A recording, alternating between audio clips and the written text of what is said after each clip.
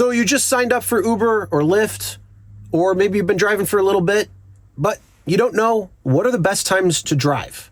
So let's talk about it right now.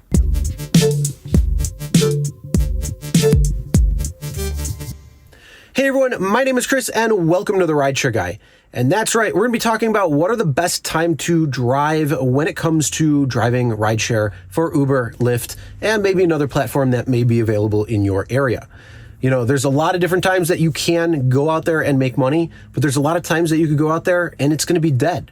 So what I'm going to go over is the majority of markets. Now, clearly, all markets are not the same. You need to do your own research and figure out what's going on. So if you're in a college town, obviously, it's going to be much different for a college town. If you are in a tourist spot, it's going to be much different. If you're in a major metropolitan city like Los Angeles, you know, those, again, are going to have differences when it comes to when it's going to be busy, when it's not, when you should be out on the road driving versus not.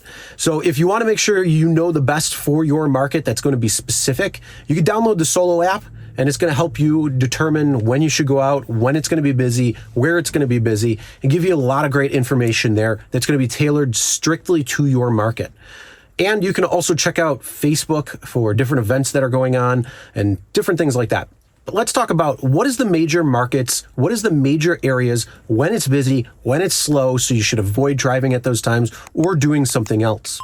So let's start on a typical rideshare day. We're going to start right early in the morning, 4 o'clock in the morning. Why is this busy? Why is it best? And why is it great to go out at that time?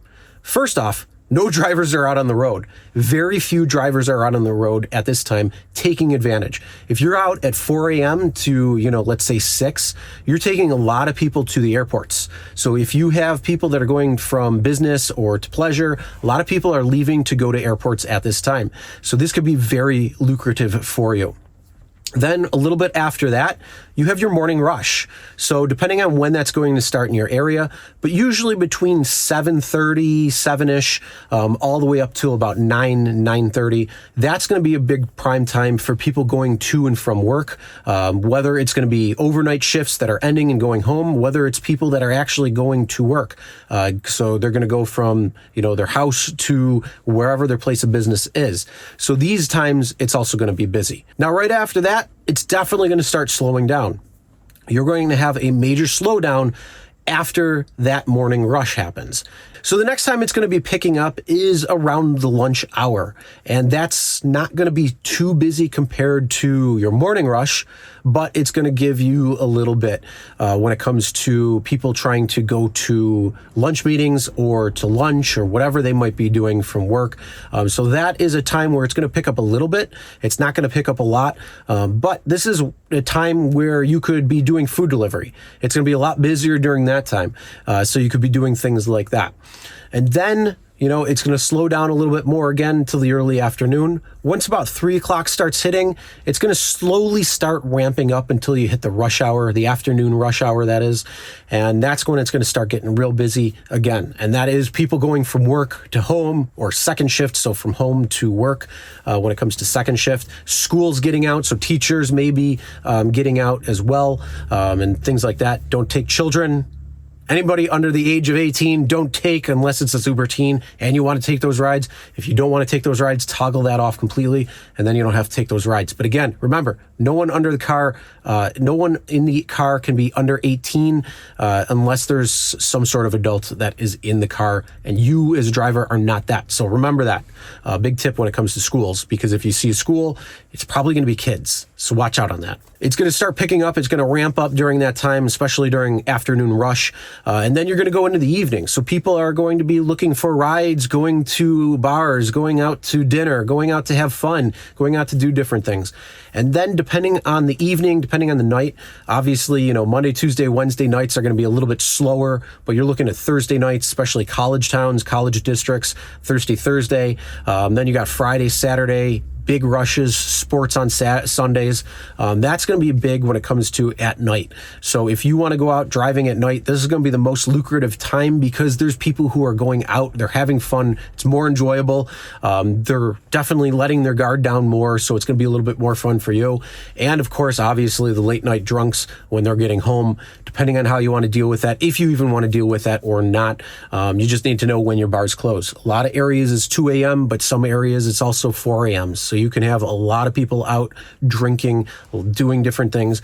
So yeah, you're going to see a lot of different times. It's going to be busy. And obviously during events and things, it's going to be busier at times during special occasions, things like that. It's also going to be busy. So planning when you are going out and positioning yourself properly is part of the 3 P's here that we talk about at the Rideshare Guy. This is going to help you maximize your profit when you're out on the road. Because if you're just sitting there waiting for a ride to come in, nothing's happening, you're not making any money. You're going to be mad. Nobody's going to be happy. And you're going to be like, why am I doing this? What's going on? But I mean, if you're using an app like Solo that's going to help you plan your day, if you're going to use different avenues like Facebook and what events are going on, knowing and tapping into those events so you can position yourself best, that's where you're going to find the rides. That's where you're going to find busy. And that's where you're going to be making money. But the biggest thing when it comes to this is always make sure you take rides that are profitable. Don't take rides that are not profitable. So if you don't know your costs, figure out your costs associated with driving, and then only accept the rides that are above that when it comes to the cost per mile threshold. And I'm going to give you a little bit of a bonus thing here when it comes to it. I already mentioned this earlier, but during the downtimes, you definitely want to reposition yourself on different apps. It's going to be much better when you talk about the different apps because it could keep you busy during those downtimes. Maybe you can only drive at specific times when it is slower. But if you're positioning yourself and you're using different apps to stack that, then it's definitely going to be more worth it. So during the downtimes when rideshare is down, food delivery might be up. So you could switch on to Uber Eats, DoorDash, Grubhub, other apps that are going to be delivering. There's local apps as well too that you could probably find for your area, and then sign up for those and take those when it's slower for rideshare. Now there's other apps out there like Crew where you could take people's garbage out and back to the house. And you could stack that with the same when it's down for rideshare. And then you can kind of pick and choose. We also talked about safeguard properties that you could sign up for and do property inspections. You could actually get that where you can line up a few inspections during the time that it's slow. So then you're just traveling to those inspections, completing those inspections, and then getting back out on the road for rideshare when it's busy.